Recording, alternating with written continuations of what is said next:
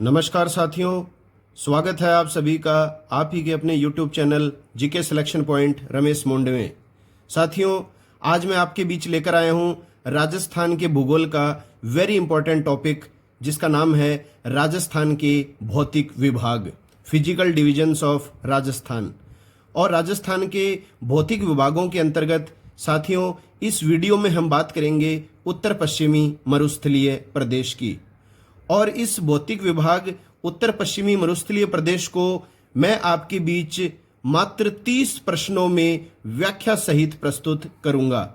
और यकीन मानिए साथियों, अगर ये 30 प्रश्न आपने पढ़ लिए हैं तो उत्तर पश्चिमी मरुस्थलीय प्रदेश के संदर्भ में कोई भी प्रश्न आपका गलत नहीं होगा। वीडियो पसंद आए तो इसे लाइक कीजिएगा, शेयर कीजिएगा अधिक से अधिक, और चैनल पर नए हैं तो चैनल को सब्सक्राइब करें, बेल आइकन को दबाएं, ताकि मेरे द्वारा हर बुधवार तथा शनिवार को प्रातः 9 बजे जो वीडियो प्रस्तुत किए जाते हैं उनके नोटिफिकेशन सबसे पहले आपको मिल सकें। तो शुरू करते हैं आज की वीडियो। पहला प्रश्न है, निम्न में से कौन सा राजस्थान का भौतिक विभाग नहीं है? देखिए साथियों, ये 4 ऑप्शंस हैं, आप खुद भी विचार कर सकते हैं इन पर। मैंने आपके सामने 4 भौतिक विभाग लिखे हैं, आपको बताना है राजस्थान का भौतिक विभाग कौन सा नहीं है। तो पहला है उत्तर पश्चिमी मरुस्थलीय प्रदेश, मध्यवर्ती अरावली पर्वतीय प्रदेश, पूर्वी मैदानी प्रदेश और दक्षिणी पश्चिमी पठारी प्रदेश। तो साथियों, जलवायु तथा धरातल की भिन्नता के आधार पर हम राजस्थान को 4 भौतिक प्रदेशों में विभाजित करते हैं। और इन 4 भौतिक विभागों में एक ऐसा विभाग है जो आपको गलत दिया गया है। तो आपने इसका अंदाजा लगा लिया होगा। इसका सही उत्तर है डी ऑप्शन। डी ऑप्शन में साथियों लिखा हुआ है दक्षिणी पश्चिमी पठारी प्रदेश। इसमें सही जवाब है दक्षिणी पूर्वी पठारी प्रदेश। तो दक्षिण पूर्व का जो क्षेत्र है वो है पठारी प्रदेश। इसके अलावा मरुस्थलीय प्रदेश, अरावली पर्वतीय प्रदेश और पूर्वी मैदानी प्रदेश अन्य 3 भौतिक प्रदेश हैं। तो इसमें साथियों उत्तर आ जाएगा डी। अगला प्रश्न है, सुमेलित कीजिए। अब आपको सुमेलित करना है। एक तरफ जो है वो भौतिक विभागों के नाम दिए गए हैं और दूसरी तरफ इन भौतिक विभागों में पाई जाने वाली जलवायु का उल्लेख किया गया है। तो देखिए साथियों, मरुस्थलीय प्रदेश में कौन सी जलवायु पाई जाती है? आप स्वतः पहले गौर फरमाएं यहाँ पर क्या उत्तर इसका आ सकता है। तो मरुस्थलीय प्रदेश जो है वो एकदम शुष्क होता है और यहाँ अत्यधिक विषम जलवायु पाई जाती है। तो ए का जो उत्तर आ जाएगा वो आ जाएगा 2 नंबर, शुष्क व अत्यधिक विषम। इसके अलावा साथियों, अरावली पर्वतीय प्रदेश, मध्यवर्ती अरावली पर्वतीय प्रदेश की जो जलवायु है वो है उप आर्द्र जलवायु। ये परीक्षाओं में पूछे जाते हैं। आपको किसी भी भौतिक विभाग की जलवायु पूछी जा सकती है। तो अरावली पर्वतीय प्रदेश की जलवायु पूछी जाए तो उत्तर आ जाएगा उप आर्द्र जलवायु। तीसरा है साथियों पूर्वी मैदानी प्रदेश। पूर्वी मैदानी प्रदेश में जलवायु पाई जाती है आर्द्र जलवायु। तो पूर्वी मैदानी प्रदेश को सुमेलित कर दीजिए आर्द्र जलवायु से। और दक्षिणी पूर्वी पठारी प्रदेश में जो है पाई जाती है अति आर्द्र जलवायु। तो ये जलवायु से संबंधित प्रश्न जो है आई बार परीक्षाओं में रिपीट होता है। तो 4 भौतिक प्रदेशों की जलवायु आप अच्छी तरह ध्यान में रख लीजिए। तो इसमें कौन सा युग्म सही होगा? तो देख लीजिए आप, पहले का जो है वो 2 है, दूसरे का जो है वो 3 है, तीसरे का 1 है और चौथे का 4 है। अगला प्रश्न है, राजस्थान का कुल रेगिस्तान कितने प्रतिशत भूभाग में विस्तृत है? तो कुल रेगिस्तान जो है वो कितने प्रतिशत भूभाग में विस्तृत है, ये आपको पूछा गया है। ऑप्शन है 58.11%, बी नंबर है 40%, सी ऑप्शन है 61.11% और डी ऑप्शन है 59.11%। तो आप लोगों ने अंदाजा लगा लिया होगा इसके उत्तर का। इसका सही जवाब होगा साथियों 61.11%। यह भी प्रश्न कई बार परीक्षाओं में पूछा जाता है। अगला प्रश्न है, निम्न में से कौन से जिले में सभी प्रकार के बालू का स्तूप देखने को मिलते हैं? ये प्रश्न वेरी इंपॉर्टेंट है परीक्षाओं की दृष्टि से। कौन सा ऐसा जिला है जिसमें सभी प्रकार के बालू का स्तूप देखने को मिलते हैं? तो साथियों, ऐसा जो जिला है वो है जोधपुर। ये आपको ध्यान में रखना है, जोधपुर वो जिला है जिसमें सभी प्रकार के बालू का स्तूप देखने को मिलते हैं। अब है अगला प्रश्न, मरुस्थलीय प्रदेश में सर्वाधिक नुकसान कौन सा बालू का स्तूप करता है? तो आपको पूछा गया है कि वो कौन सा बालू का स्तूप है जो मरुस्थलीय प्रदेशों में सबसे ज्यादा नुकसान पहुंचाता है। तो साथियों, इसका सही उत्तर जो होगा वो आपको खोजना है। ऑप्शन है धोरे, अनुधैर्य, बरखान और अनुप्रस्थ। तो आपने उत्तर खोज लिया है। अगर नहीं भी खोजा है तो मैं आपको इसका सही उत्तर बता देता हूं। सर्वाधिक नुकसान पहुंचाने वाले रेत के टीले या बालू का स्तूप होते हैं बरखान। यह आपको ध्यान में रखना है। अब इसका तात्पर्य भी देखिए साथियों, पूछा जाता है। हालांकि इस वीडियो में मैंने आपके सामने 30 ही प्रश्न प्रस्तुत किए हैं, लेकिन ये 30 प्रश्न जो हैं वो 100 प्रश्नों के बराबर हैं, क्योंकि हर ऑप्शन से संबंधित मैं आपको इसकी व्याख्या दे रहा हूं। तो बरखान के संदर्भ में साथियों प्रश्न आता है कि सर्वाधिक गतिशील बालू का स्तूप कौन से होते हैं? तो सर्वाधिक गतिशील जो होते हैं वो होते हैं बरखान, और इनकी जो आकृति है उनके संदर्भ में भी परीक्षाओं में प्रश्न आता है कि अर्धचंद्राकार बालू का स्तूप क्या कहलाते हैं? तो अर्धचंद्राकार बालू का स्तूप क्या कहलाते हैं? तो ये कहलाते हैं बरखान, और सर्वाधिक नुकसान भी यही पहुंचाते हैं। इसके अलावा साथियों, जो बरखान होता है ये बालू का स्तूप एक स्थान से दूसरे स्थान पर गतिशील होते रहते हैं। तो ये सारी बातें आप ध्यान में रखिएगा। इसके अलावा साथियों एक ऑप्शन है यहाँ पर धोरे। धोरे देखिए, धोरे के बारे में प्रश्न आता है कि रेगिस्तान में रेत के बड़े बड़े टीले जिनकी आकृति लहरदार होती है, तो लहरदार आकृति वाले बालू का स्तूप क्या कहलाते हैं? धोरे कहलाते हैं। ये आपको ध्यान में रखना है। इसके अलावा एक ऑप्शन आया है अनुदैर्ध्य। ये कौन से बालू का टीले होते हैं साथियों? तो पवनों की दिशा में समानांतर बनने वाले स्तूप। तो पवनों की दिशा में समानांतर बनने वाले स्तूप क्या कहलाते हैं? अनुदैर्ध्य बालू का स्तूप। इसके अलावा साथियों एक आपको दिया गया है अनुप्रस्थ। अनुप्रस्थ बालू का स्तूप कौन से होते हैं? पवनों की दिशा के समकोण बनने वाले। ये तो होता है पवनों की दिशा में समानांतर बनने वाला स्तूप, और ये होता है पवनों की दिशा में समकोण बनने वाला स्तूप। क्या कहलाता है? अनुप्रस्थ स्तूप। तो ये चारों के चारों बालू का स्तूपों के बारे में मैंने आपको एक ही प्रश्न में बता दिया है, और इसका उत्तर जो है सर्वाधिक नुकसान पहुंचाने वाला है बरखान। अब साथियों अगला प्रश्न है, संपूर्ण रेतीला मरुस्थल कहलाता है। तो संपूर्ण जो रेतीला मरुस्थल है उसको क्या कहा जाता है? मतलब वो क्षेत्र जिसमें रेत ही रेत का विस्तार पाया जाता है। तो ऑप्शंस हैं इर्ग मरुस्थल, रेग मरुस्थल, हम्माद मरुस्थल या उपरोक्त सभी। तो देखिए साथियों, संपूर्ण रेतीला जो मरुस्थल है वो कहलाता है इर्ग मरुस्थल। ये आपको विशेष रूप से ध्यान में रखना है। संपूर्ण रेतीला मरुस्थल कौन सा कहलाता है? इर्ग मरुस्थल कहलाता है। और ये जो इर्ग मरुस्थल है इसका विस्तार पाया जाता है जैसलमेर, बाड़मेर और बीकानेर जिलों में। तो उत्तर इसका ए आ जाएगा। अब देखिए साथियों, इसके अलावा अपन ने बात की हम्माद मरुस्थल। तो हम्माद मरुस्थल के बारे में भी आपसे पूछा जा सकता है, ये कौन सा मरुस्थल होता है? तो साथियों इसको कहा जाता है पथरीला मरुस्थल।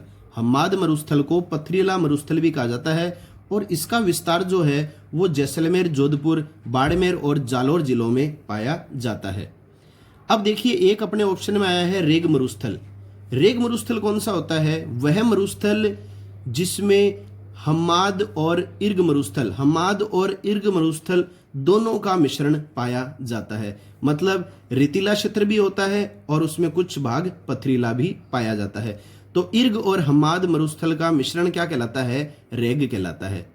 तो जाहिर सी बात है, इन तीनों ऑप्शनों के बारे में मैं आपको बता चुका हूं। कोई सा भी मरुस्थल आपकी परीक्षाओं में पूछा जा सकता है। इर्ग मरुस्थल जो होता है वो होता है रेतीला मरुस्थल जो पूर्ण रूप से होता है।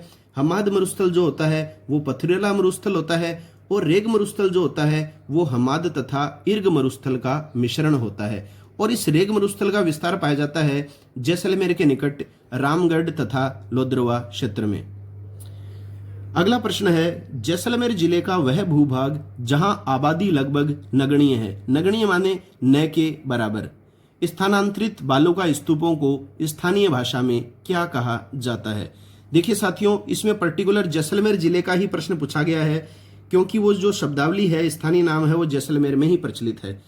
तो जैसलमेर जिले में ऐसा भूभाग जहां आबादी न के बराबर है, ऐसे भूभाग में जो बालूका स्तूप एक स्थान से दूसरे स्थान पर स्थानांतरित होते रहते हैं, उन बालूका स्तूपों को स्थानीय भाषा में क्या कहा जाता है?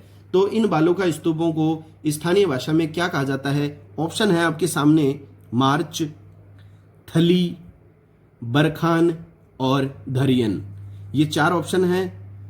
आपने प्रश्न का उत्तर सोच लिया होगा। अगर आपको प्रश्न का उत्तर आता है तो बहुत अच्छी बात है, अगर नहीं भी आता है तो देखिए साथियों, ऐसे बालूका स्थानांतरित स्तूपों को जैसलमेर में कहा जाता है धरियन। यह आपको ध्यान में रखना है। तो जैसलमेर जिले का वह क्षेत्र जहां आबादी न के बराबर है, यहां बालूका स्तूपों को क्या कहा जाता है? धरियन कहा जाता है। अब देखिए साथियों, ये है मार्च। मार्च क्या होता है? इसमें प्रश्न आता है, रेगिस्तान का मार्च क्या है? मतलब रेगिस्तान के मार्च से क्या तात्पर्य है? तो जब रेगिस्तान किसी कारण से आगे की ओर बढ़ता है, किसी भी कारण से आगे की ओर जब रेगिस्तान बढ़ता है, तो उसे क्या कहा जाता है? रेगिस्तान का मार्च कहा जाता है। इसके अलावा एक ऑप्शन है साथियों, थली। थली क्या है? तो आप ध्यान में रख लीजिए, इसके बारे में प्रश्न आता है परीक्षाओं में, आपने पढ़ा भी होगा। थार का मरुस्थल किस नाम से जाना जाता है? तो थार का मरुस्थल किस नाम से जाना जाता है? थली के नाम से जाना जाता है।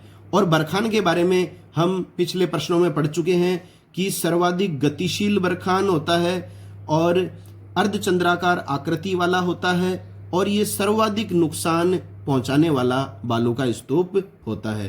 तो इसी एक प्रश्न के माध्यम से हम 4 प्रश्न जो हैं वो कवर कर चुके हैं। साथियों, अगर वीडियो आपको पसंद आए, मेरी मेहनत आपको अच्छी लगे, तो वीडियो को लाइक अवश्य कीजिएगा। अधिक से अधिक अपने साथियों को सोशल मीडिया के तहत इसे शेयर कीजिए, और चैनल पर नए हैं तो चैनल को सब्सक्राइब करें, बेल आइकन को दबाएं, ताकि प्रत्येक बुधवार तथा शनिवार को सुबह 9 बजे मेरे द्वारा प्रदर्शित वीडियोस के नोटिफिकेशन सबसे पहले आप तक पहुंच सकें। अगला प्रश्न है, सुमेलित कीजिए। अब इस प्रश्न में सुमेलित करना है आपको। एक तरफ भौतिक विभाग दे रखे हैं और दूसरी तरफ दे रखी है वर्षा की मात्रा। जैसे भौतिक विभाग दे रखे हैं मरुस्थलीय प्रदेश, अरावली पर्वतीय प्रदेश, पूर्वी मैदानी प्रदेश और दक्षिणी पूर्वी पठारी प्रदेश, और वर्षा की मात्रा दे रखी है 50 से 90 सेमी, 60 से 100 सेमी, 80 से 120 सेमी, 20 से 50 सेमी, ये दे रखे हैं आपको वर्षा की मात्रा। तो देखिए साथियों, मरुस्थलीय प्रदेश में सबसे कम वर्षा होती है, तो 20 से 50 सेमी जो वर्षा होती है ये होती है मरुस्थलीय प्रदेश में।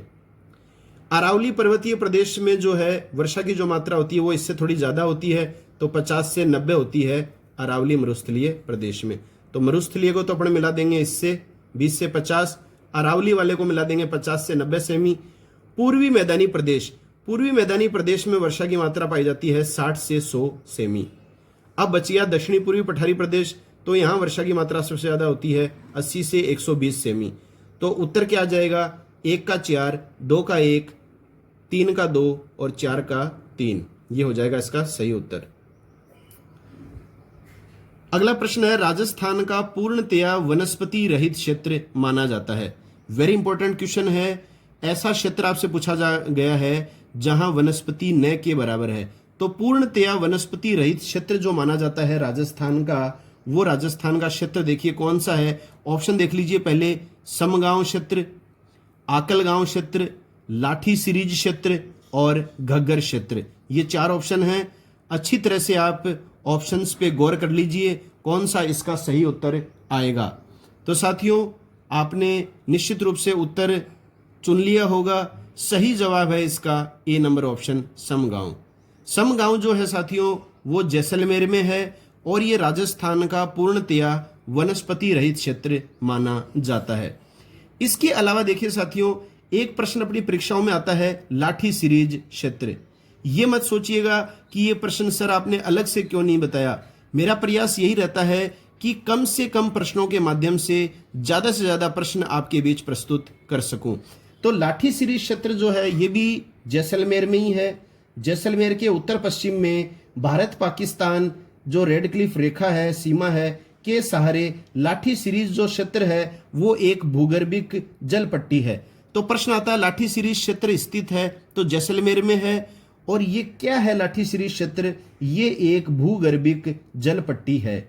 और लाठी सीरीज क्षेत्र में साथियों एक प्रश्न और भी बनता है, इस क्षेत्र में मामूली वर्षा से उगने वाली घास का नाम आपसे पूछा जाता है। तो लाठी सीरीज क्षेत्र में मामूली वर्षा से उगने वाली घास का नाम क्या है? तो वो है सेवण घास, और बहुत ही अत्यधिक पौष्टिक घास मानी जाती है। इसका वैज्ञानिक नाम भी कई बार जो है वो परीक्षाओं में पूछा जाता है। इसका वैज्ञानिक नाम है लस्यूरुस सिडिकुस। तो लस्यूरुस सिडिकुस आ जाए या सेवण घास आ जाए, बात एक ही है। इसके अलावा देखिए साथियों एक प्रश्न आता है आकल गांव के संदर्भ में, यह आपको विशेष रूप से ध्यान में रखना है। यहां भी प्रश्न बनता है आकल गांव जो है वो कहाँ स्थित है, पहला प्रश्न ये बनता है। तो ये जैसलमेर में है, और यहाँ जीवावशेष पार्क जिसको बोलते हैं फॉसिल पार्क स्थित है। तो राजस्थान का जीवावशेष पार्क कहाँ स्थित है? तो जीवावशेष पार्क है आकल गांव जैसलमेर में। यह आपको विशेष रूप से ध्यान में रखना है। अगला प्रश्न है उत्तर पश्चिमी रेगिस्तान में राजस्थान के कितने जिले शामिल हैं? तो जाहिर सी बात है राजस्थान के इन 33 जिलों को बांटा गया है 4 भौतिक विभागों में। तो ये जो उत्तर पश्चिमी मरुस्थलीय प्रदेश है या जो रेगिस्तानी प्रदेश है उसमें राजस्थान के कितने जिले शामिल हैं? ऑप्शन है 9, 10, 12 और 11। तो इसका सही जवाब आप दीजिए, कितने जिले इसके उत्तर होंगे? तो इसका उत्तर आ जाएगा साथियों ऑप्शन नंबर सी 12। अब देखिए साथियों या तो आपको संख्यात्मक उत्तर देगा इस ऑप्शन में तो 12 आ जाएगा, या फिर क्या होता है परीक्षाओं में आपको जिले दे दिए जाते हैं 4 और प्रश्न आ जाता है कौन सा उत्तर पश्चिमी रेगिस्तान में शामिल जिला है या नहीं है। तो जिले आप देख लीजिए 12 जिले कौन से हैं, ऊपर से चालू कर लीजिए एकदम उत्तर से, गंगानगर, हनुमानगढ़, फिर थोड़ा उत्तर पूर्व में चलिए आप, चूरू है, सीकर है, झुंझुनू, फिर वापस आप उत्तर पश्चिम की ओर आ जाइए, बीकानेर है, बीकानेर, जोधपुर है, पश्चिमी जिला एकदम जैसलमेर है, बाड़मेर है, जालोर है, इसके अलावा नागौर है, पाली है। ये 12 ऐसे जिले हैं जो उत्तर पश्चिमी रेगिस्तान के अंतर्गत आते हैं। इसमें आप ध्यान में रखिए साथियों जालोर और बाड़मेर और नागौर को हमने शामिल किया है। इसमें जालोर के नीचे आता है सिरोही, वो जिला इसमें शामिल नहीं है। तो कई बार परीक्षाओं में प्रश्न आता है 3 जिले आपको दे दिए जाते हैं और एक दे देता है सिरोही। तो सिरोही राजस्थान के रेगिस्तानी भौतिक विभाग में शामिल जिला नहीं है। तो कौन कौन से जिले हैं? गंगानगर, हनुमानगढ़, चूरू, सीकर, झुंझुनू, बीकानेर, जोधपुर, जैसलमेर, बाड़मेर, जालोर, नागौर तथा पाली। अगला प्रश्न है महान थार मरुस्थल का पूर्वी भाग जो कच्छ से बीकानेर तक फैला है किस नाम से जाना जाता है? यह आपको बताना है। महान थार मरुस्थल का पूर्वी भाग जो कहां से कहां तक विस्तृत है, कच्छ से बीकानेर तक फैला हुआ है, किस नाम से जाना जाता है? ऑप्शन है साथियों लघु मरुस्थल, महान मरुस्थल, हम्माद मरुस्थल और धोरे। तो इसका जवाब आपको देना है। तो इसका सही जवाब है लघु मरुस्थल। कच्छ से बीकानेर तक जो महान थार मरुस्थल का पूर्वी भाग फैला है उसे कहा जाता है लघु मरुस्थल। इसके अलावा देखिए साथियों ऑप्शन है महान मरुस्थल। ये आपको पता होने चाहिए महान मरुस्थल क्या है। इसके संदर्भ में थोड़ी सी जानकारी आपको मैं देना चाहूंगा कि उत्तर में गंगानगर से लेकर बाड़मेर तक जो अंतर्राष्ट्रीय सीमा लगती है पाकिस्तान के साथ, गंगानगर, बीकानेर, जैसलमेर और बाड़मेर, इन चारों जिलों के साथ जो अंतर्राष्ट्रीय सीमा लगती है इससे अटैच हुआ जो रेगिस्तानी क्षेत्र है जो इन चारों जिलों की सीमा पर स्थित है उसको कहा जाता है साथियों महान मरुस्थल। ये आपको ध्यान में रखना है अच्छी तरह। इसके अलावा जैसे अपना उत्तर आया है लघु मरुस्थल, तो पश्चिमी रेगिस्तान का पूर्वी भाग जो है वो क्या कहलाता है? लघु मरुस्थल कहलाता है। और इसका विस्तार जो है वो कच्छ की खाड़ी से कहां तक है? बीकानेर तक। इसके अलावा हम्माद जो मरुस्थल है उसकी जानकारी हम पहले ले चुके हैं, फिर से मैं आपको बता देता हूं कि वह मरुस्थल जिसका धरातल बहुत ही उबड़ खाबड़ होता है तथा यह पथरीला स्वरूप लिया हुआ मरुस्थल होता है। तो ये आपको पता है। धोरे भी आपको बता चुका हूं मैं कि वे बालू का स्तूप जिनकी आकृति जो है वो कैसी होती है, लहरदार होती है। तो लहरदार आकृति वाले रेत के टीले हो गए धोरे, और अर्धचंद्राकार आकृति वाले रेत के टीले क्या कहलाते हैं, बरखान कहलाते हैं। अगला प्रश्न है, निम्न में से कौन सा युग्म असंगत है। देखिए साथियों, ये मैंने 4 शब्दावलियां आपके बीच लिखी हैं और इनके आगे इनका तात्पर्य है। तो इन 4 शब्दावलियों में से कौन सा ऐसा युग्म है जिसको गलत ढंग से परिभाषित किया गया है। और जाहिर सी बात है, ये चारों ही शब्दावलियां जो हैं वो परीक्षाओं में पूछी जाती हैं। तो इसे केवल महज आप एक प्रश्न के रूप में ना लें, 4 प्रश्नों के रूप में लें, ठीक है। तो देखिए, सबसे पहला है भभूलिया, जिसको हमने परिभाषित किया है, राजस्थान के छोटे क्षेत्र में उत्पन्न वायु भंवर या चक्रवात को स्थानीय स्तर पर भभूलिया कहा जाता है। दूसरी शब्दावली है परवैया, अरब सागर से आने वाली मानसूनी हवाओं को स्थानीय भाषा में परवैया कहा जाता है। तीसरी शब्दावली है रण, या इसका अन्य नाम होता है टाट, बालू का स्तूपों के बीच में पाई जाने वाली निम्न भूमि जिनमें वर्षा का जल भर जाने से अस्थायी झीलों व दलदली भूमि का निर्माण होता है, और इस दलदली भूमि को कहा जाता है रण। अगला विकल्प है पीवणा, राजस्थान के पश्चिमी भाग में पाया जाने वाला विषैला सर्प या सांप। तो साथियों, ये 4 जो शब्दावलियां हैं इनमें से एक असंगत है, एक गलत है। तो जाहिर सी बात है, कई साथियों ने इसका सही जवाब ढूंढ भी लिया होगा। 30 प्रश्नों में से आपके कितने प्रश्न सही होते हैं, इसका जवाब आप कमेंट बॉक्स में अवश्य दीजिएगा। अब देखिए, इसका जो सही जवाब है वो है साथियों बी ऑप्शन, परवैया। यहां लिखा हुआ है साथियों अरब सागर से आने वाली, ये गलत है। बंगाल की खाड़ी से आने वाली मानसूनी हवाओं को स्थानीय भाषा में कहा जाता है परवैया। तो ये ध्यान में रखना आपको, अरब सागर के स्थान पर क्या आना चाहिए, बंगाल की खाड़ी। इसके अलावा सभी ऑप्शन बिल्कुल सही हैं। अगला प्रश्न है, सेवण घास का विस्तार पाया जाता है। तो सेवण घास का अभी हम जिक्र कर चुके हैं थोड़ी देर पहले। सेवण घास का विस्तार पाया जाता है लाठी सिरिज क्षेत्र जैसलमेर में। ये प्रश्न हम पहले कर चुके हैं, इसलिए मैंने इसका डायरेक्ट उत्तर दे दिया है साथियों। लाठी सिरिज क्षेत्र जैसलमेर में पाई जाती है सेवण घास, और इसका वैज्ञानिक नाम क्या है, लस्यूरोस सिडिकुस। इसके अलावा देखिए साथियों, अन्य ऑप्शनों पे विचार करते हैं तो आप जानेंगे कि समगांव हमने जो क्षेत्र पढ़ा था जैसलमेर का, उसके संदर्भ में क्या प्रश्न बनता है, राजस्थान का पूर्णतया वनस्पति रहित क्षेत्र है, तो वो समगांव है। एक रामगढ़ जो क्षेत्र है, ये रामगढ़ जो क्षेत्र है यहाँ पाया जाता है हम्माद मरुस्थल। इसके अलावा जो आकल गांव जो जैसलमेर का जो क्षेत्र है, ये है यहाँ राजस्थान का जीवावशेष पार्क स्थित है। तो ये प्रश्न आपके समझ में आ गया होगा। अगला प्रश्न है, पश्चिमी मरुस्थल का कौन सा क्षेत्र अंतः प्रवाही नहीं है। मतलब आपको बताना है कि पश्चिमी मरुस्थलीय प्रदेश का कौन सा क्षेत्र अंतः प्रवाही नहीं है। ऑप्शंस में है घग्गर क्षेत्र, नागौर क्षेत्र, लूनी जवाई क्षेत्र और उपरोक्त सभी। तो इस पर आप विचार कर लीजिए चारों ऑप्शनों पर।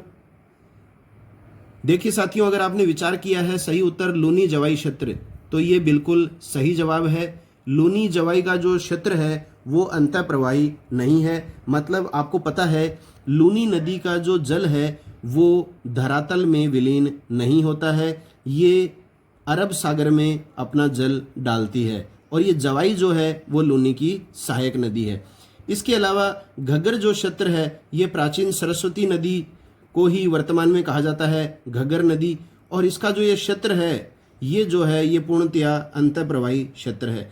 इसके अलावा नागौरी जो क्षेत्र है वो भी अंतः प्रवाह क्षेत्र के अंतर्गत आता है, क्योंकि नागौरी उच्च प्रदेश में जो गर्त पाए जाते हैं उन गर्तों में वर्षा का जल भरने से खारे पानी की झीलें बन जाती हैं जिनसे नमक बनाया जाता है। अगला प्रश्न है, उत्तर पश्चिमी मरुस्थलीय भौतिक प्रदेश में नमक उत्पादन का स्रोत है। तो अब देखिए साथियों, इस भौतिक विभाग में नमक उत्पादन का स्रोत आपसे पूछा जा रहा है। तो इसमें ऑप्शन में जो हैं वो 3 झीलों के नाम हैं, डीडवाना झील, पंचपदरा झील और लूणकरणसर झील, और एक ऑप्शन है उपरोक्त सभी। तो नमक उत्पादन का स्रोत जानने से पहले आप ये जरूर देख लीजिएगा कि ये जो तीनों झीलें दे रखी हैं ये राजस्थान के मरुस्थलीय भौतिक प्रदेश के अंतर्गत आने वाले 12 जिलों में ही स्थित है क्या। जैसे मान लीजिए ऑप्शन में आपको सांबर झील भी दे दे साथियों, तो सांबर झील जो है वो मरुस्थलीय प्रदेश के अंतर्गत आने वाले जिले में शामिल नहीं है, 12 जिले में आपको बता चुका हूं। तो देखिए डीडवाना झील जो है वो नागौर में है, नागौर इस भौतिक प्रदेश के अंतर्गत आता है। पंचपदरा झील जो है ये सर्वश्रेष्ठ नमक उत्पादन झील है, ये बाड़मेर में स्थित है। इसके अलावा लूणकरणसर जो झील है ये बीकानेर में स्थित है, और तीनों ही जो हैं वो खारे पानी की झीलें हैं। और खारे पानी की सबसे बड़ी जो झील है साथियों वो सांबर झील है जो फुलेरा जयपुर में स्थित है। तो वो तो उत्तर आ ही नहीं सकता, तो इस स्थिति में क्या आ जाएगा, उपरोक्त सभी। ये तीनों ही झीलें नमक उत्पादन का स्रोत हैं। अगला प्रश्न है, राजस्थान के किस जिले में रण का बाहुल्य सबसे अधिक है। तो रण मैं आपको बता चुका हूं कि जैसे मान लीजिए ये 2 रेत के टीले हैं, इन 2 रेत के टीलों या बालू का स्तूपों के बीच में जो निम्न भूमि होती है, और इस निम्न भूमि में वर्षा का जल भर जाता है, और भरने के बाद में जो है वर्षा का जल सूख जाता है, तो सूखने के बाद में यहाँ एक दलदली क्षेत्र विकसित हो जाता है। इस दलदली क्षेत्र को बोला जाता है साथियों रण या टाट। तो सर्वाधिक जो रण का जो विस्तार जो पाया जाता है राजस्थान के किस जिले में पाया जाता है, तो वो पाया जाता है बाड़मेर जिले में। अगर आपने बाड़मेर जवाब सोचा है तो आपका जवाब बिल्कुल सही है। तो इसमें आपको मेन जो बात ध्यान में रखनी है वो ये रखनी है कि रण किसे कहा जाता है, तो 2 बालू का स्तूपों के बीच में पाया जाने वाला निम्न दलदली भूमि का क्षेत्र क्या कहलाता है, रण कहलाता है। और सर्वाधिक रण का बाहुल्य पाया जाता है बाड़मेर में। ऐसा नहीं है कि जैसलमेर, गंगानगर, बीकानेर में रण का विस्तार नहीं है, यहाँ भी है, लेकिन बात पूछी गई है सबसे अधिक, तो वो है बाड़मेर में। और बाड़मेर का जो थोब का जो रण है वो प्रसिद्ध है, थोब का जो रण है वो कहाँ पे स्थित है, बाड़मेर में है। इसी तरह से प्रश्न आ जाता है पोकरण का जो रण है वो कहाँ पर स्थित है, तो वो है जैसलमेर में। इसी तरह से बाप आता है, बाप ऋण कहाँ स्थित है, तो वो कहाँ पर है, जोधपुर में। अगला प्रश्न है, उत्तर पश्चिमी रेगिस्तान में पाई जाने वाली मिट्टी के कण किस प्रकार के होते हैं। तो इस मरुस्थलीय प्रदेश में पाए जाने वाले मिट्टी के कण किस प्रकार के होते हैं, तो ऑप्शन है मोटे व संगठित, मोटे व असंगठित, पतले व असंगठित, और इनमें से कोई नहीं। तो आपने उत्तर खोज लिया होगा। इसका सही जवाब आएगा साथियों मोटे व असंगठित। तो मिट्टी के जो कण होते हैं वो मोटे होते हैं और असंगठित रूप में पाए जाते हैं। अगला प्रश्न है, राज्य का लगभग कितना भूभाग उत्तर पश्चिमी मरुस्थलीय प्रदेश के अंतर्गत आता है। वेरी इंपॉर्टेंट क्वेश्चन है। तो इसमें दे रखा है 1.75 लाख वर्ग किलोमीटर, 1.80 लाख वर्ग किलोमीटर, 1.50 लाख वर्ग किलोमीटर और 0.90 लाख वर्ग किलोमीटर। तो इसका सही जवाब होगा 1.75 लाख वर्ग किलोमीटर। ये भूभाग जो है वो उत्तर पश्चिमी मरुस्थलीय प्रदेश के अंतर्गत आता है। अगला प्रश्न है, शेखावटी प्रदेश में कुएं को स्थानीय भाषा में किस नाम से जाना जाता है। तो देखिए साथियों, कुएं को स्थानीय भाषा में किस नाम से जाना जाता है। ऑप्शन है पीवणा, बावड़ी, जोहड़, उपरोक्त सभी। तो जाहिर सी बात है इसका जवाब आप उपरोक्त सभी बिल्कुल नहीं सोच रहे हैं, क्योंकि पीवणा जो है इसके बारे में हम बात कर चुके हैं। पश्चिमी रेगिस्तान में पाया जाने वाला सर्वाधिक विषैला जो सर्प होता है, सांप होता है, उसको बोलते हैं पीवणा। तो उपरोक्त सभी तो होगा नहीं, तो इसका क्या जवाब होगा, इसका सही जवाब है जोहड़। स्थानीय भाषा में कुएं को शेखावाटी अंचल में बोला जाता है जोहड़। अब देखिए साथियों, बावड़ी जो है इसके बारे में भी प्रश्न आता है, तो आप देख लीजिए किस प्रश्न का उत्तर बावड़ी आएगा। अगर मैं कह दूं कि उन सीढ़ीदार कुओं, तालाबों या कुंडों को क्या कहते हैं जिनके जल तक सीढ़ियों के सहारे आसानी तक पहुंचा जा सकता है, तो सीढ़ियों के सहारे आसानी से पहुंचा जा सकता है, उसको कहा जाता है बावड़ी। और शेखावटी प्रदेश की अगर बात आ जाए पर्टिकुलर, तो यहां कुएं को कहा जाता है जोहड़।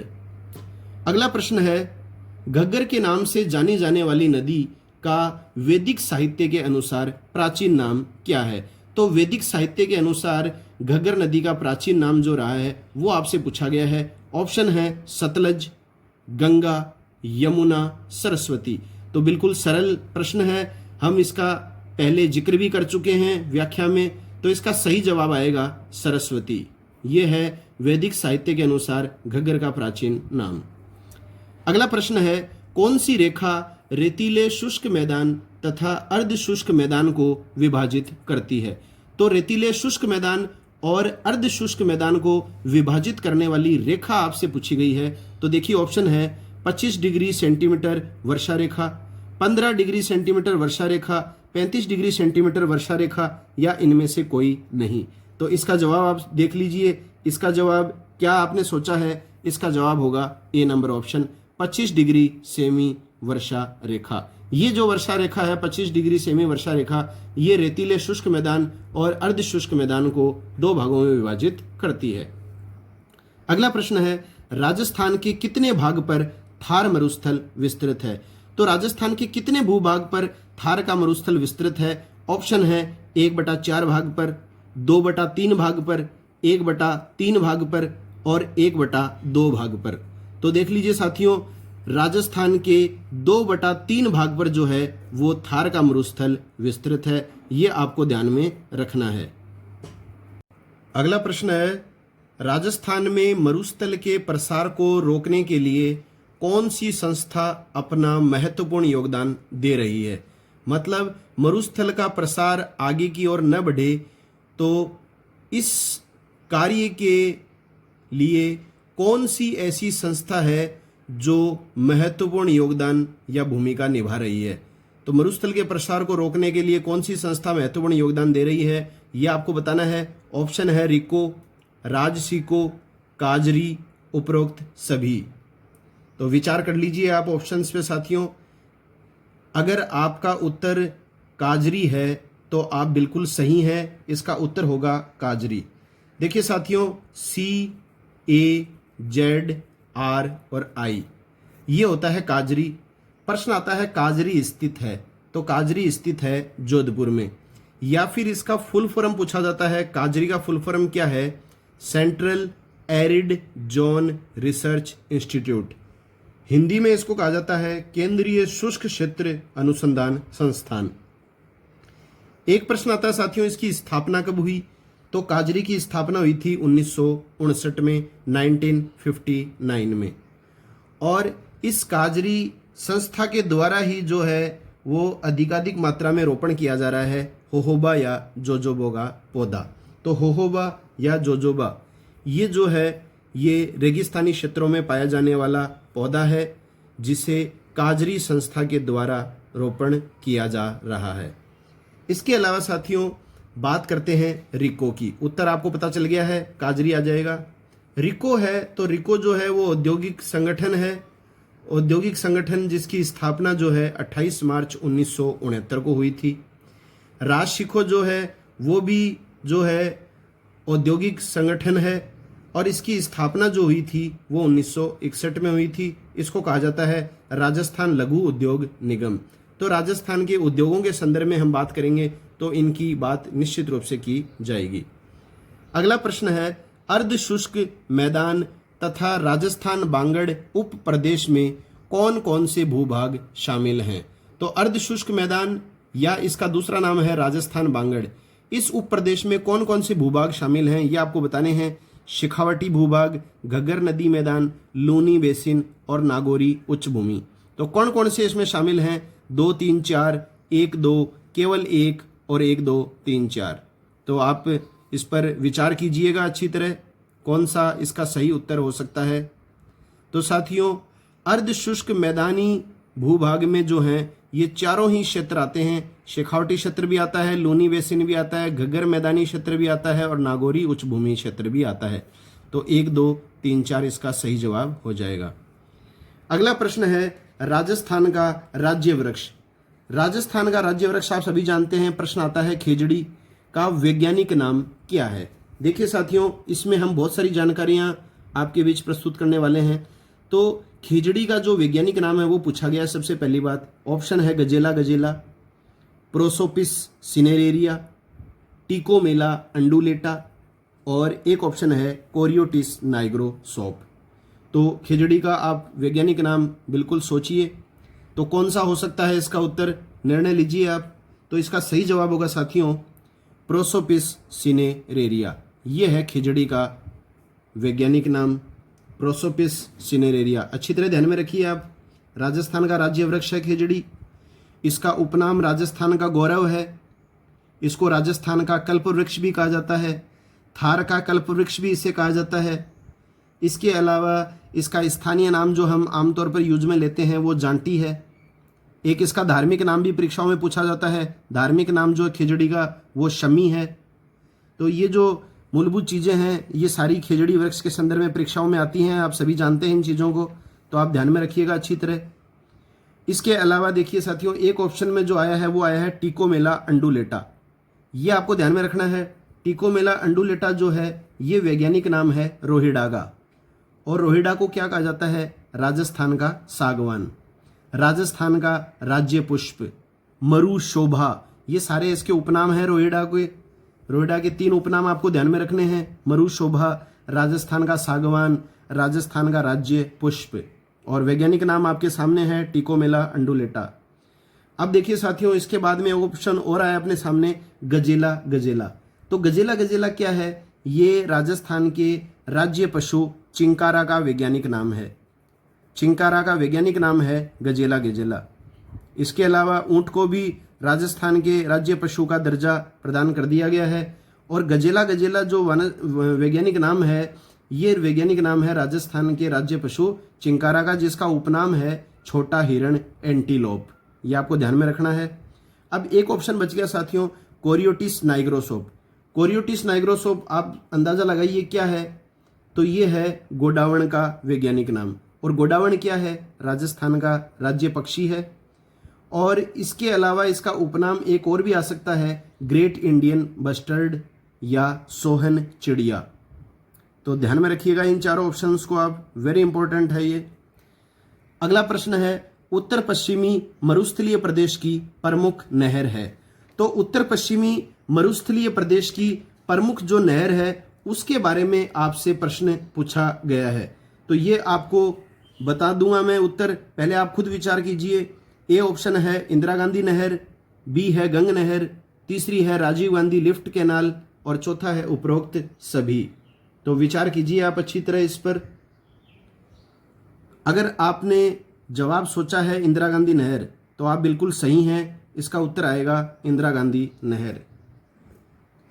इंदिरा गांधी नहर परियोजना जो है राजस्थान की मरुगंगा कहा जाता है। इस इंदिरा गांधी नहर को राजस्थान की मरुगंगा या राजस्थान की जीवन रेखा। हालांकि सिंचाई परियोजनाओं में इसकी हम विस्तार से बात करेंगे। यहाँ आपको मुख्य बातें 3-4 मैं बता रहा हूँ जो आपको ध्यान रखनी है। इसके 2 तो नाम ध्यान में रखिए, राजस्थान की मरुगंगा या राजस्थान की जीवन रेखा, लाइफ लाइन ऑफ राजस्थान। और इंदिरा गांधी नहर की जो सिफारिश की गई थी इसके निर्माण की, वो 1948 में की गई थी। बीकानेर के सिंचाई इंजीनियर थे कंवर सेन, जिनके नाम पर जो है सबसे पहले लिफ्ट नहर भी बनाई गई थी। कंवर सेन लिफ्ट नहर बीकानेर में है। और साथियों 31 मार्च 1958 को उस समय जो भारत के गृह मंत्री थे गोविंद वल्लभ पंत, इसने इस इंदिरा गांधी नहर परियोजना का उद्घाटन किया था। और इसका निर्माण जो है वो 2 चरणों में किया गया है, राजस्थान फीडर नहर और राजस्थान मुख्य नहर। तो इतनी बातें मैं आपको इस संदर्भ में बता चुका हूँ, तो आप ध्यान में रखिएगा। और उत्तर पश्चिम मरुस्थलीय प्रदेश की प्रमुख नहर भी कौन सी है, वो है इंदिरा गांधी नहर। अगला प्रश्न है, राजस्थान के कौन से भौतिक विभाग टेथिस महासागर के अवशेष माने जाते हैं। तो देखिए साथियों, आपको पूछा गया है कि राजस्थान के वो कौन से भौतिक विभाग हैं जो टेथिस महासागर के अवशेष माने जाते हैं। तो इसके बारे में मैं आपको थोड़ी सी व्याख्या बताऊंगा। पहले हम ऑप्शंस देख लेते हैं। ऑप्शंस है मरुस्थलीय प्रदेश, अरावली प्रदेश, पूर्वी मैदान और दक्षिणी पूर्वी पठारी प्रदेश। तो चारों भौतिक विभागों के नाम मैंने दे दिए हैं। अब इसमें आपको सही युग्म चुनना है कि कौन से भौतिक विभाग टेथिस महासागर के अवशेष हैं। पहला ऑप्शन है 1, 2, 3। इसका मतलब है मरुस्थलीय प्रदेश, अरावली प्रदेश और पूर्वी मैदान। दूसरा ऑप्शन है 1 व 3, मतलब मरुस्थलीय प्रदेश और पूर्वी मैदान। तीसरा ऑप्शन है 3 व 4, मतलब पूर्वी मैदान और दक्षिणी पूर्वी पठारी प्रदेश। और चौथा ऑप्शन है 1, 3 व 4। इसका मतलब है मरुस्थलीय प्रदेश, पूर्वी मैदान और दक्षिणी पूर्वी पठारी प्रदेश। तो साथियों चुन लीजिए इसमें आप सही उत्तर कौन सा आएगा। टेथिस महासागर का जो अवशेष माना जाता है वो 2 भौतिक विभाग माने जाते हैं राजस्थान के, तो वो उत्तर आ जाएगा 1 व 3। उत्तर पश्चिमी मरुस्थलीय प्रदेश और पूर्वी मैदान, ये 2 भौतिक विभाग जो हैं ये टेथिस महासागर के अवशेष हैं। इसके अलावा अरावली पर्वतीय प्रदेश और दक्षिणी पूर्वी पठारी प्रदेश, ये अवशेष माने जाते हैं साथियों गोंडवाना लैंड के। तो गोंडवाना लैंड के अवशेष हो गए अरावली प्रदेश और दक्षिणी पूर्वी पठारी प्रदेश, ये आपको पता चल चुका है। और टेथिस महासागर के अवशेष पूछे तो उत्तर आ जाएगा मरुस्थलीय प्रदेश और पूर्वी मैदान। तो देखिए साथियों, प्राग ऐतिहासिक काल में जो है विश्व 2 भूखंडों में विभाजित था। तो ये 2 भूखंड जो हैं, ये पूरा एक भूखंड है जिसको पेंजिया कहा जाता था। प्राग ऐतिहासिक काल में ये पेंजिया जो है वो 2 भागों में विभाजित हो गया। एक इधर की तरफ वाला हो गया अंगारा लैंड और इधर की तरफ वाला हो गया गोंडवाना लैंड। और अंगारा लैंड और गोंडवाना लैंड के बीच में जो था वो था एक महासागर जिसका नाम था टेथिस महासागर। और ये जो सारी की सारी जो व्याख्या हमने आपके बीच में की है ये अल्फ्रेड वेगनर के महाद्वीपीय विस्थापन सिद्धांत के अनुसार बताया गया है। तो अंगारा लैंड और गोंडवाना लैंड के बीच में जो क्षेत्र था वो था टेथिस महासागर। इसी टेथिस महासागर का अवशेष माना जाता है राजस्थान का मरुस्थलीय प्रदेश और पूर्वी मैदानी प्रदेश। इसके अलावा गोंडवाना लैंड का जो अवशेष माना जाता है वो माना जाता है अरावली प्रदेश और दक्षिणी पूर्वी पठारी प्रदेश। अगला प्रश्न है राजस्थान के प्रमुख रण या टाट हैं। अब देखिए साथियों, रण या अन्य नाम इसका टाट होता है। इसको हम अच्छी तरह पढ़ चुके हैं कि रण क्या होता है। और अब जो प्रश्न आया है ये उदाहरण के रूप में आया है। तो राजस्थान के प्रमुख रणों में आप बताइए कौन कौन से हैं। ए नंबर ऑप्शन है पोखरण, बी में है बाप, 3 में है थोब और 4 में है उपरोक्त सभी। तो इसका सही जवाब आपने सोच लिया है तो जरूर कमेंट बॉक्स में बताइएगा कि जो 30 प्रश्न है इसमें आपके कितने सही हुए कितने गलत हुए। तो इसका सही जवाब आ जाएगा उपरोक्त सभी। पोखरण जो है वो जैसलमेर में है, बाप जो रण है वो जोधपुर में है, इसके अलावा थोब जो रण है वो है बाड़मेर में। अब चलते हैं अगला प्रश्न की ओर। अगला प्रश्न है असत्य कथन पहचानिए। मतलब ये 4 जो कथन दिए हैं इसमें 3 तो हैं सत्य कथन और 1 है साथियों असत्य मतलब गलत। तो गलत कथन जो है वो आपको पहचानना है। पहला कथन है थार मरुस्थल भारतीय उपमहाद्वीप में ऋतु चक्र को नियमित करता है। दूसरा ऑप्शन है ग्रीष्म ऋतु में इस क्षेत्र में न्यून वायुदाब का केंद्र विकसित हो जाता है। तीसरा ऑप्शन है थार मरुस्थल थली के नाम से जाना जाता है। चौथा ऑप्शन है सर्वाधिक बालू का स्तूपों वाला जिला जोधपुर है। तो ये जो चारों के चारों जो कथन है साथियों, इन चारों कथनों के संदर्भ में परीक्षाओं में प्रश्न पूछा जाता है। तो पहला प्रश्न जैसे आ जाता है कि भारतीय उपमहाद्वीप में ऋतु चक्र को नियमित कौन करता है, तो इसमें ऑप्शन दे देगा आपको। तो आपने निर्धारित ऑप्शनों में से चुनाव कर लिया होगा। इसका सही जवाब होगा साथियों डी। ये जो ऑप्शन है ये गलत है। ऊपर वाले तीनों ऑप्शन सही हैं। अब चौथा वाला गलत क्यों है तो देख लीजिए साथियों, सर्वाधिक बालू का स्तूप या रेत के टीलों वाला जो जिला है वो जोधपुर नहीं है, वो जिला है बाड़मेर। आपको अच्छी तरह ध्यान में रखना है, बाड़मेर का 2/3 जो भूभाग है वो बालू का स्तूपों से ढका हुआ है। तो ये आपको ध्यान में रखना है। यहाँ जोधपुर नहीं आकर क्या आएगा, यहाँ बाड़मेर आएगा। इसके अलावा भारतीय उपमहाद्वीप में ऋतु चक्र को नियमित कौन करता है, तो वो थार का मरुस्थल करता है। इसके अलावा ग्रीष्म ऋतु में जो है वो उत्तर पश्चिमी मरुस्थलीय प्रदेश में किस तरह का वायुदाब का केंद्र विकसित होता है, तो ध्यान रखना न्यून वायुदाब का केंद्र विकसित हो जाता है। और इसकी बात हम कर चुके हैं पहले। थली क्या होता है, थार मरुस्थल को थली के नाम से भी जाना जाता है। तो उपरोक्त तीनों जो कथन है वो सही है, चौथा गलत है। अब वीडियो का आखिरी प्रश्न है साथियों, उत्तर पश्चिमी मरुस्थलीय प्रदेश का अक्षांशीय विस्तार है। तो अक्षांशीय विस्तार जो है आपको इस भौतिक विभाग का पूछा जा सकता है, उत्तर पश्चिमी मरुस्थलीय प्रदेश का। तो इसमें क्या होता है साथियों, भारत का अक्षांशीय विस्तार भी आपको दे सकता है ऑप्शन में, राजस्थान का अक्षांशीय विस्तार भी दे सकता है। हालांकि मैंने वो ऑप्शंस में नहीं दिया है, लेकिन आप इसके लिए तैयार रहिएगा कि राजस्थान का अक्षांशीय विस्तार कितना है, भारत का अक्षांशीय विस्तार कितना है, यह आपको अच्छी तरह याद होना चाहिए। हो सकता है ये दोनों तथ्य याद हों तो इस प्रश्न का उत्तर आप आसानी से कर सकते हैं। तो देखिए इस भौतिक विभाग का अक्षांशीय विस्तार में क्या है। ए नंबर ऑप्शन है 25 डिग्री से 30 डिग्री उत्तरी अक्षांश तथा 69 डिग्री 30 मिनट से 70 डिग्री 45 मिनट पूर्वी देशांतर। दूसरा ऑप्शन है 35 डिग्री से 40 डिग्री उत्तरी अक्षांश तथा 70 डिग्री से 75 डिग्री पूर्वी देशांतर। तीसरा ऑप्शन है 15 डिग्री से 25 डिग्री उत्तरी अक्षांश तथा 72 डिग्री 30 मिनट से 75 डिग्री 30 मिनट पूर्वी देशांतर। और चौथा ऑप्शन है 30 डिग्री से 35 डिग्री उत्तरी अक्षांश तथा 75 डिग्री 30 मिनट से 80 डिग्री 30 मिनट पूर्वी देशांतर। तो इस उत्तर पर आपने विचार कर लिया होगा साथियों। इसका सही जवाब जो होगा वो होगा ए ऑप्शन, 25 डिग्री से 30 डिग्री उत्तरी अक्षांश तथा 69 डिग्री 30 मिनट से 70 डिग्री 45 मिनट पूर्वी देशांतर। यह है उत्तर पश्चिमी मरुस्थलीय प्रदेश का अक्षांशीय विस्तार। साथियों, अगर ये वीडियो आपको पसंद आई है तो इसे लाइक कीजिएगा, अधिक से अधिक साथियों में इसे शेयर कीजिएगा और यदि आप चैनल पर नए हैं तो चैनल को सब्सक्राइब जरूर करें, बेल आइकन को दबाएं ताकि मेरे द्वारा प्रत्येक बुधवार तथा शनिवार को प्रातः 9 बजे जो वीडियो प्रदर्शित किया जाता है उसका नोटिफिकेशन आप तक पहुंच सके। तो साथियों, मिलते हैं अगले वीडियो के साथ। तब तक के लिए जय हिंद, जय भारत, वंदे मातरम।